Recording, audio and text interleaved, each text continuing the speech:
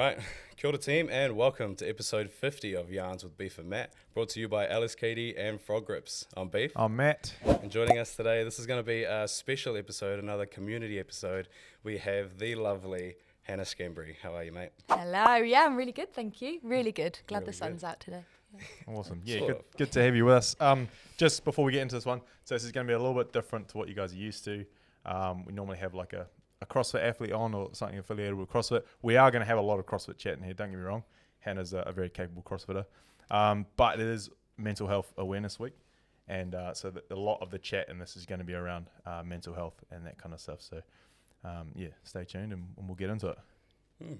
Yeah, so I guess the way we like to kick these off, we'll kick them off same as always, is we want a bit of background on you, sort of, you know, where you're from, your upbringing, and yeah, just childhood, early years. If you want to run us through it. Yeah, totally. So a bit of a mongrel. I was raised in the Mediterranean on a little tiny island called Malta. My mum's from the UK and my dad was Maltese. And I grew up there from when I was born until the age of 18. A key, I guess, event that happened in my life is that my dad, who was, I guess, my favourite person on the planet, passed away when I was 15 of lung cancer. So that's a key moment there. And then when I was 18, I moved to the UK for university, where I studied theatre and film and went to work in the film industry for many years. And then I decided I needed a life.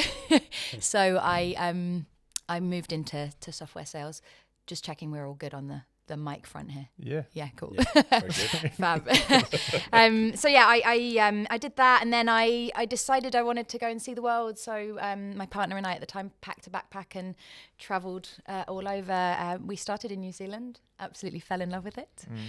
Travelled most of Southeast Asia, and then got back to the UK and decided that New Zealand was somewhere that we had to be. So swiftly turned around and I've been here in New Zealand for 5 years now. 5 years in a couple of days, actually. Nice. Yeah, had to run it back, beautiful New Zealand.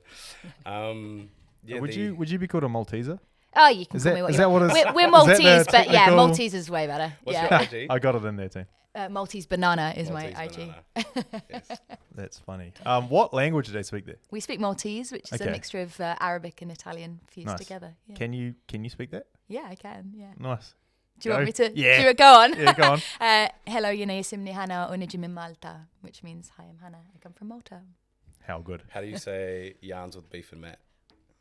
Oh, I have to get back to you on the word yarns. It's a particularly Yarns Kiwi phrase. would be chat, right? Yeah. Talk. Nitkellmu ma matu Nice. or beef. I believe. And beef. Nice. Anyway, sorry about that little tangent. Yeah, so your study in the UK, was that, was film a passion of yours coming up? Yeah, so I did theatre my whole childhood, and a little bit of film work as well. And yeah, I decided that I wanted to pursue that as a career, which I don't know. Many people probably know this. If you do turn passion into career, sometimes it can ruin the passion for you, which it absolutely did, because it became a 6-day week, sort of 14, 15, 16-hour days for extended periods of time when I did work in the film industry. Yeah. Any major films you worked on? I worked on Star Wars Episode 7. I've Nice. worked on quite a few big feature What's films. your Doctor thoughts on the Strange. Star Wars franchise? Did the last 3 ruin it? Yes. Okay. I'm so glad. I love Star Wars, man. They don't ruin it. Ruin's a strong word, but they weren't as good But as the previous ones. Yeah. Episodes 4 through 6 were All right. Then pretty it high started to standard. take a dip, didn't Those it? were the earliest ones too. So Yeah, 100%. Here's a fun fact about the first Star Wars film. The guillotine was still in use when the first Star Wars film came out. That's mad. Yeah. The Oof. French were still chopping off heads when... Matt's got all the fun facts. That's a great fact. Fun fact for you people. As we were. Yeah, what was your part to play, and like what was, say you're on set, what part did you have to I'd play? help the director run the floor, so it was a coordination role, I guess, between the actors and the directors and the cinematographers and the rest of the department. So ensuring that set ran smoothly and that everybody came in at the time that they needed to. It's like operating a circus, really.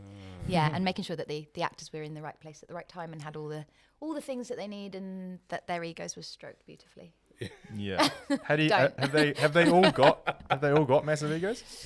I would say from the actors that I've worked with, and I've worked with quite a few actors, and this is a blanket generalization, but the older actors who have really worked and pursued their careers and view it as an art form are fabulous. The likes of Judi Dench and those guys. Oh, what a name drop. Yeah, she's awesome. There you go. Yeah.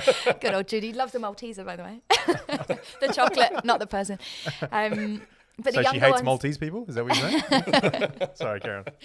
Yeah, and then the younger ones who've kind of just been thrust into fame and this new world fame tend to have a larger ego than I would say that the old school guys do. Well, would any of that relate to culture? Like I would consider Kiwis pretty chill. Like, yeah, we'll be fine. Kiwis are great. Yeah, okay. All round, great humans. Can you drop some names of the people who weren't too nice to work Probably not. with? Oh. But perhaps the main character of Star Wars, I don't know. True. Okay. That's funny. Too Nice. bad it wasn't a good performance. Anyway. Yeah, the move to New Zealand. When did CrossFit come into the scene for you then? Question. Yeah. Moved to New Zealand just before all the major COVID lockdowns. Right. So in the September before everything kicked off the following New Year. And being new in a country with no friends, not knowing anybody, we joined F45 and some other gyms because we did like your classic weight training as a couple. Yep.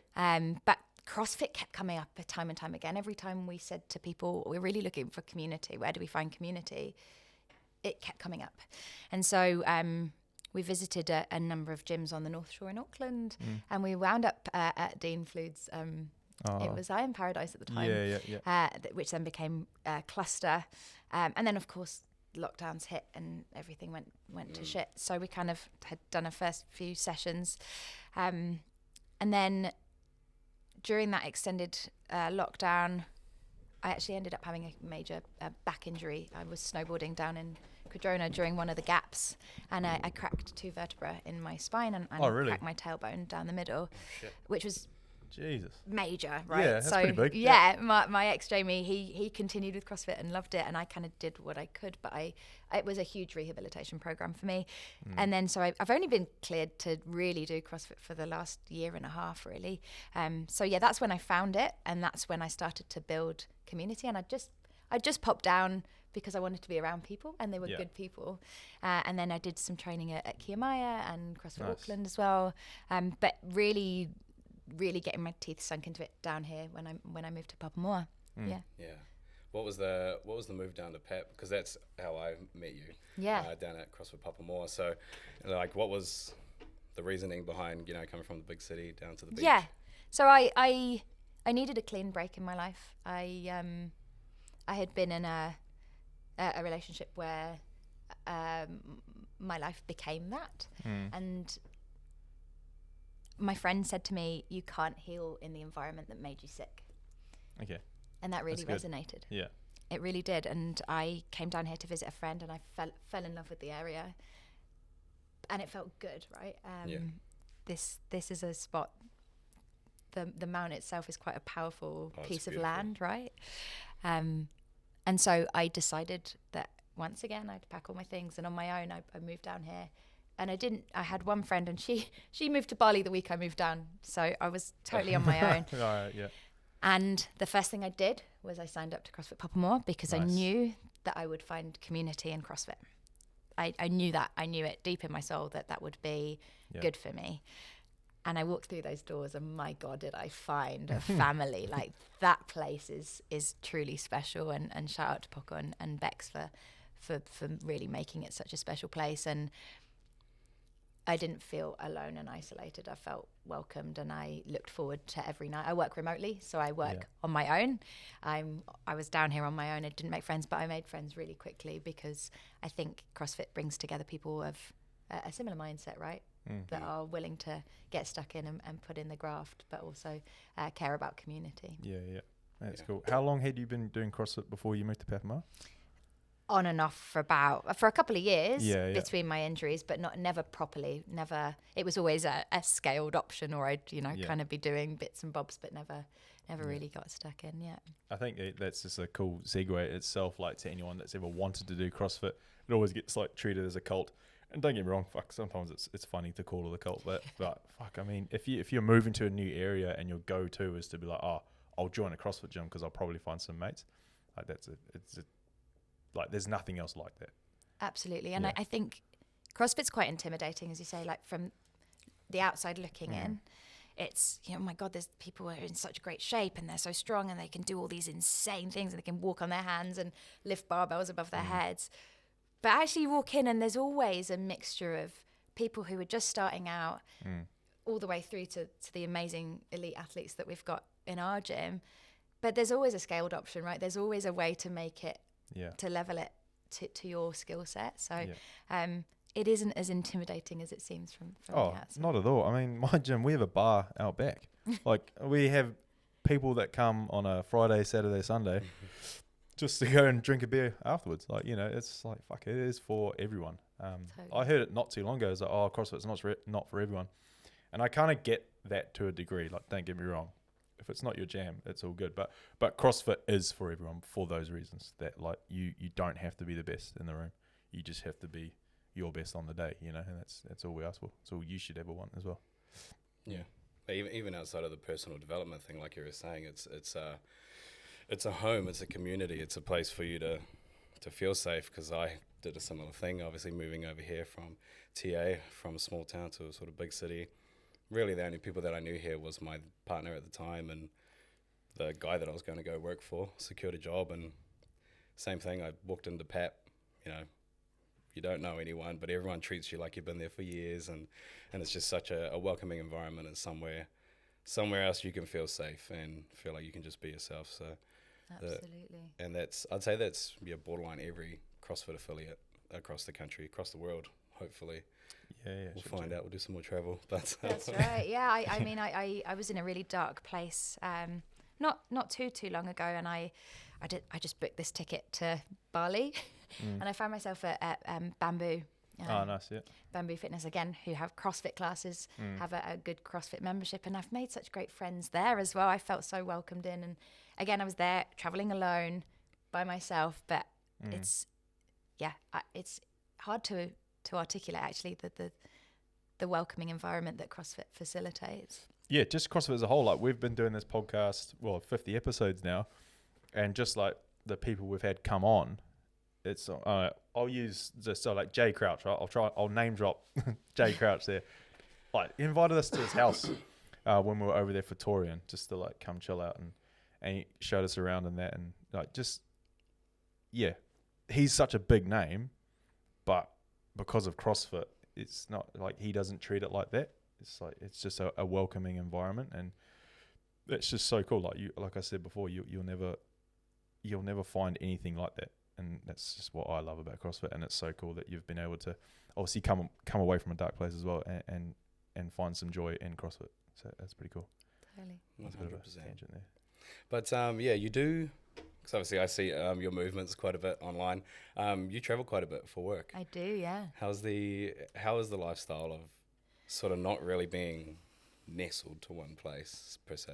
It's not easy. A lot of people glamorize the travel in when you work. It ends up being quite a challenge when all you want is a bit of routine and to be in the gym with the people that you love and training on a daily basis.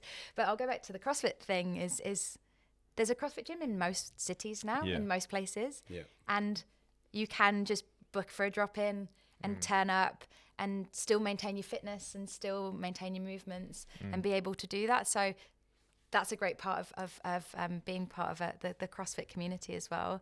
But yeah, you just got to keep trying to maintain some semblance of routine, because I think that's important for mental health as well, is that you might be knocked side to side and your schedule change, but actually just maintaining the things that make you feel good on a daily basis, whether that's a walk outside, whether that's a training session, whether that's just going outside and talking to people. Trying to stay on top of the things that do make you feel good. Yeah, for sure. That's huge. Having things to fall back on, and a lot of people that I've talked to, because obviously I think all three of us have had, a bit of a journey with mental health, and one of the things I found was that I needed to talk to people. One thing I'm really bad at is talking to people. But a lot of people don't take the time to actually go and figure out what it is that can pull them out of a dark place, because there's so many different ways for people to tackle it, and there's no one right answer for anyone. But for me, going to the gym and actually verbalizing out loud what I'm going through to people seems to help me. And for ages, it was hard to think that anyone would care. Like, I'm like, oh, I'm going through all this shit, but everyone's going through something. Like, why do they want to hear about my problems? But yeah, I guess put it into practice, found that actually helps. I don't need a solution. I just need to talk and just someone to listen. So, yeah, I think, and the gym is the other one for me, big time.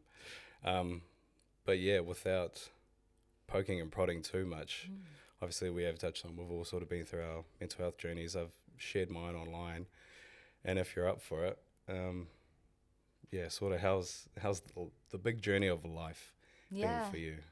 And look, I can sit here now. A good friend of mine said I posted on social media not the other week, just a little bit around just being kind to one another and speaking up, and me being here if anybody needs any support. And that comes from a place of me now having a full cup, right?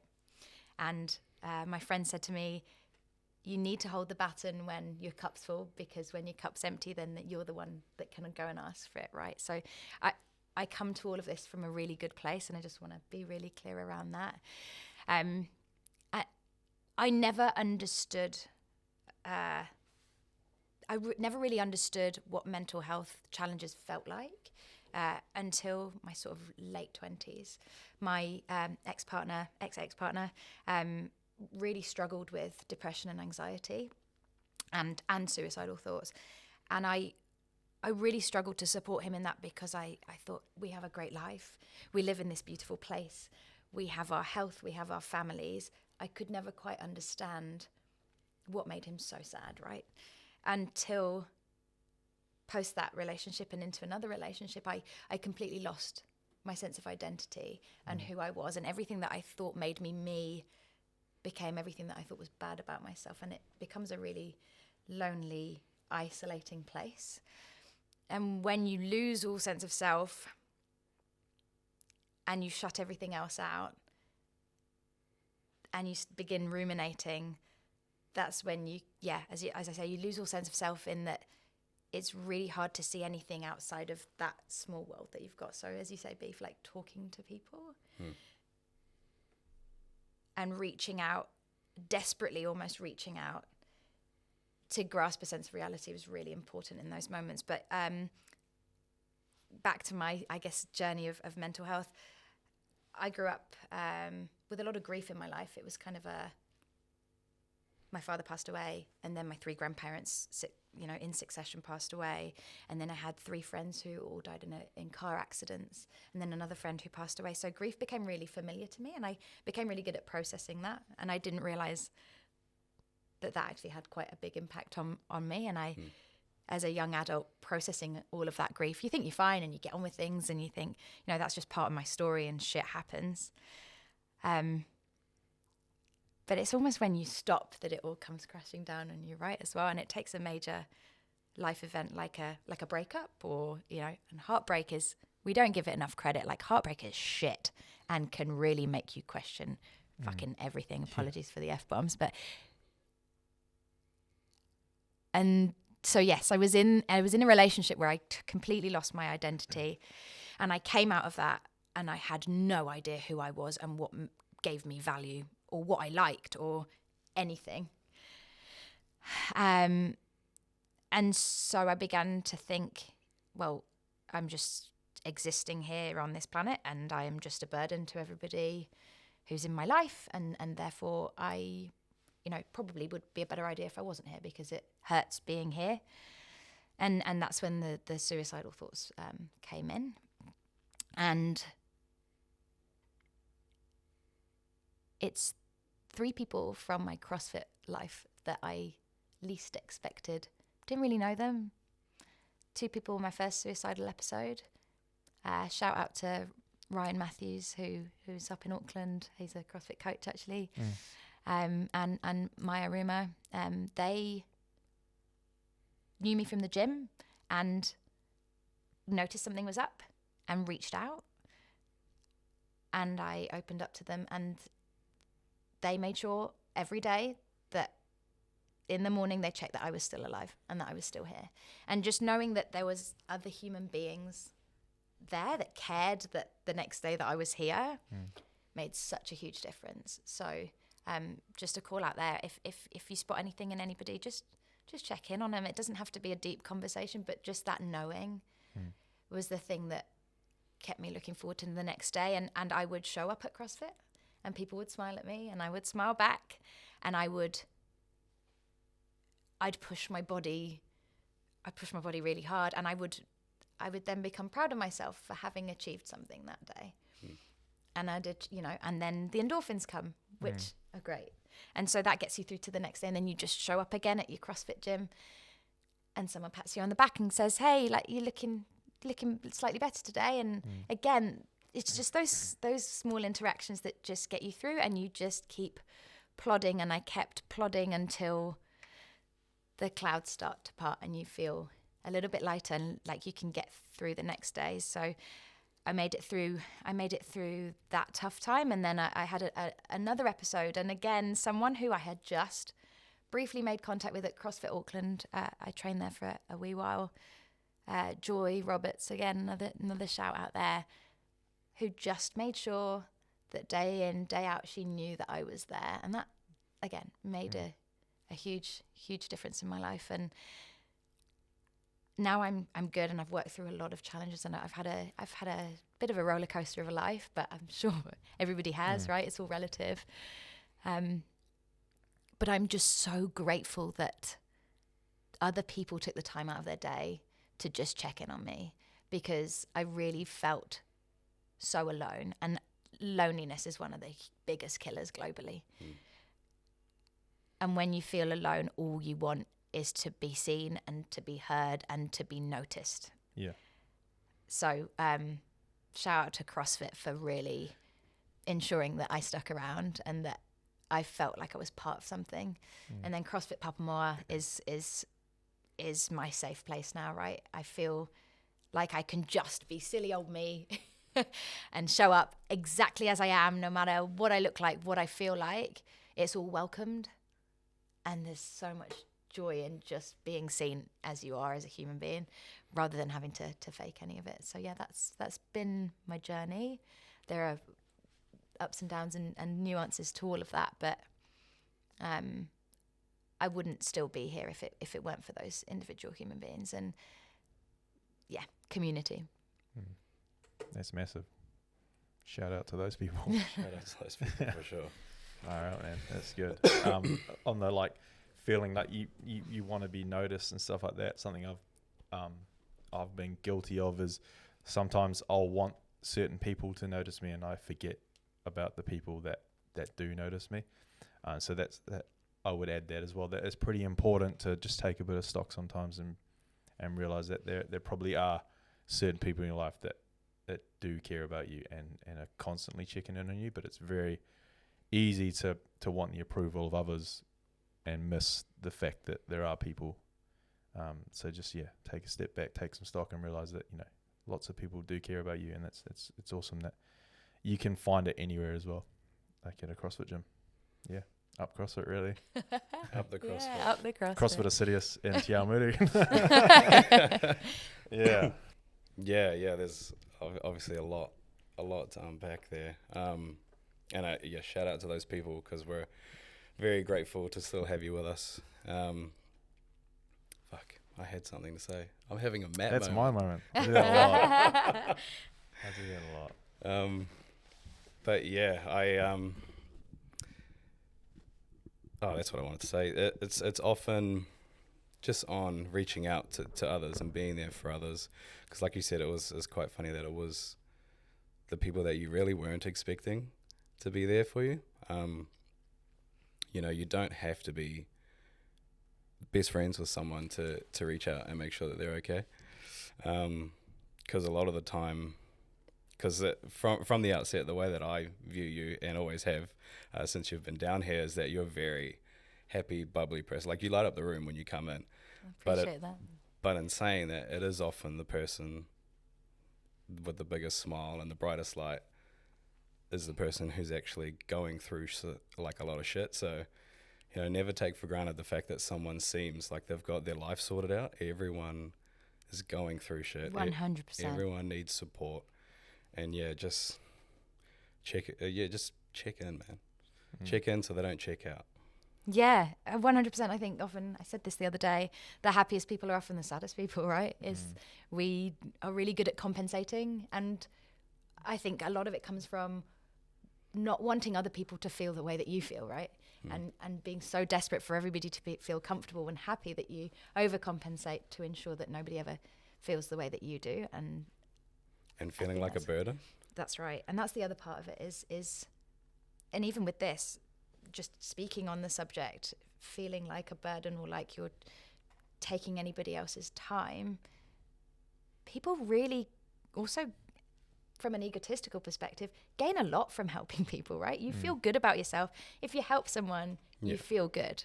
And so allow them the privilege of helping you. Allow them that. And often it's not a burden. It's actually an addition to their life to be able to do that for someone. And it also gives them purpose. That's such a good point, bringing that up. Like, it's like when you get given a present and you go, oh, you shouldn't have. Don't say that. Just say thank you, because they get so much joy out of giving you that present. Say thank you.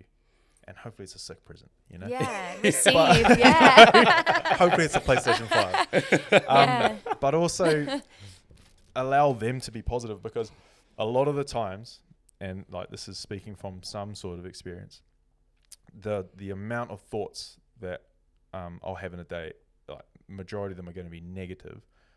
If I'm helping someone, I'm saying positive things, and it just reinforces positivity in your life. And the more you can help someone by saying positive things, subconsciously you're listening to those things, and you're starting to become more positive. So yeah, allow people to help you, and if you can, go help people, because it does make you feel a lot better. That's all I gotta say on that. On that, like, there's something that I've been bad at for years, and I'm pulling myself up on it now, is taking compliments. It's a similar thing to receiving a gift, and you're like, oh, you shouldn't have. Someone's like, oh, you know, oh shit, you smashed that workout, and you're like, nah, not really. You're like, that not only does nothing good for you, it only reinforces negativity on your own mental health, but then it's also saying to them, like, nah, you're wrong. And why would you want to make them feel like they're wrong for them trying to give you a compliment? Like, it just doesn't make sense. So yeah, take the gift, say thank you. Take the compliments. Like, don't force negativity or positivity out of your life. It's just the stupidest thing.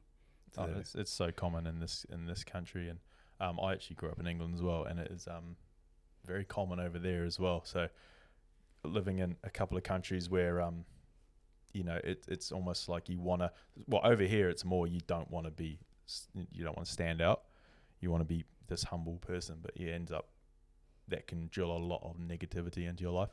And there's a huge difference just on that between self-love and having a big ego, right? You can value the good bits about you and really love those and celebrate them and still be humble. I think that there's a huge cultural, particularly here, stigma around celebrating the good bits about you, and I think we should normalize that too, and absolutely receive those compliments. Like, practice receiving, because it feels good to receive, but it also feels good for people to acknowledge your good bits too. Shane Orr actually said something, and this was on coaching, but it can actually probably improve, you know, your mindset during a workout. Is don't say things like don't drop, say hold on. It's like the smallest click. And when he said it, I was like, you're a fucking genius, man. No wonder Tia's the best.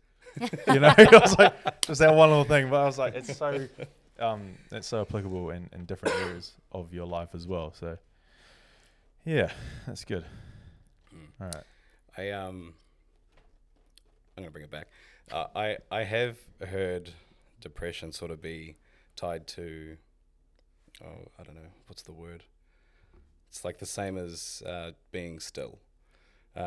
So it could even apply to the situation with your ex, where everything seems like it was, it was great, but for whatever reason he just wasn't in it and was depressed.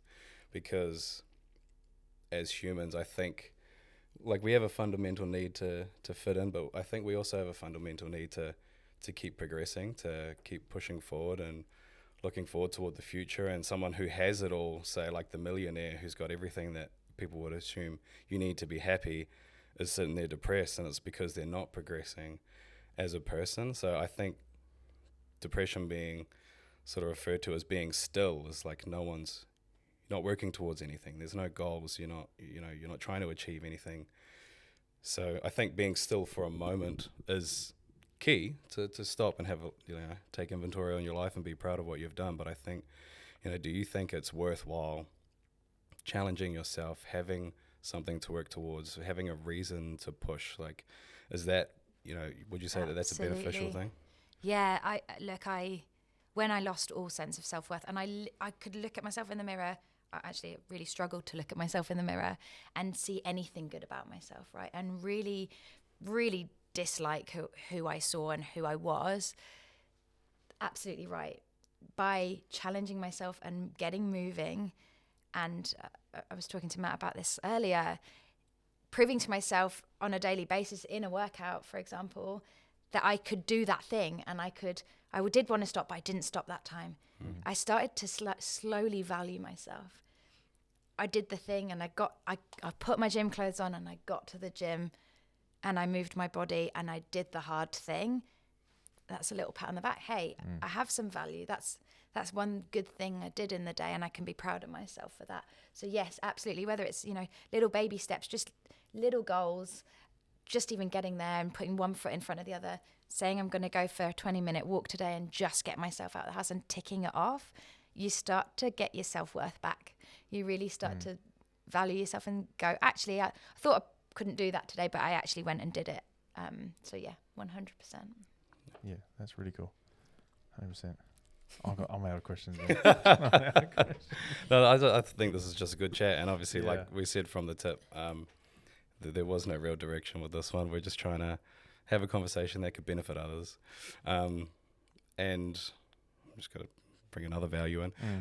Confidence has been a huge one. It was a huge one during my first initial sort of moment I had, and then recently it's been a fairly tough time, but like slowly getting my confidence back. And I like the way James Smith, the C word, confidence. Well, he says, confidence is keeping the promises you make to yourself. It's getting the reps up that, we can, at the start, we're always an imposter. Say I want to be a heavyweight boxer. If I say that now, I'm a huge imposter, like never done boxing properly. But over time, getting in the reps, getting fights under your belt, you start to believe that you are that thing.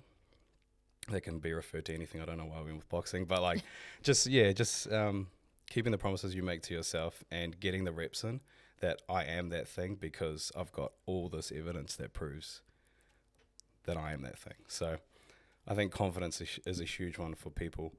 And I sort of bring that up because Montel Tivoli, he had a little a spiel on one of his stories, and I thought it was of huge value. So I'm bringing it in. It's all well and good checking in with other people and having other people check in on you. But I think the biggest thing we can do for our mental health is to become better people. Like really, really work on yourself, because if there is a time where someone isn't available or they're not there to check on you, and they might hate themselves for it if that's the day you decide to leave the earth, we can't always rely on others. We need to just take a step back and have a look at, who am I? What is important to me? What makes me happy? What values do I need to live by? In a way that I'm okay doing it on my own. Totally. You're born alone, you die alone, right? And you're the only person who you've got as backup at the end of the day. So completely agree with that. Is building your house within yourself. Yeah. Right. And all the things that you're proud of within yourself. So I love that, Beef. I think that's awesome. Fuck yeah. Yeah, no, that is massive, and so many people don't realize that. They think that they need someone in their life, otherwise they won't make it to tomorrow. And don't get me wrong, in some circumstances that might be the case, but if you don't take a minute and go like, fuck, what actually makes me happy? Like, I'm just literally copy pasting what you've just said, but it is really important to have yourself as your only backup, because I'm sure we've all had a compliment and we go, oh yeah, sweet as, but you don't believe it. It's like, well, that didn't help you. That person didn't help you in that circumstance. So like, can you help yourself? Yeah, it's massive to have you there for yourself. I had something to say before, and it was There it is. nah, the thing is, I do remember it, but it's not relevant anymore. But Say it. Make I it don't wanna say relevant. it, because I had a conversation with someone the other day about, it's not until you get like later in your life you realize that it doesn't matter what you do. Like essentially, as long as you're happy and as long as you've got people around you, it's fine. But like, there's a lot of young people now getting a lot of like, I don't know, like abuse or stick or whatever for trying to be different. But the thing is they're not trying to be different. They are being different to fit in, because they want to fit into a certain crowd. So they're not trying to be different to stand out. They're trying to be different to fit into what they're into. And I think it's important for us to not, I know young people are fucking dickheads sometimes, like, and they can be quite cruel to each other. Fuck, we're all young.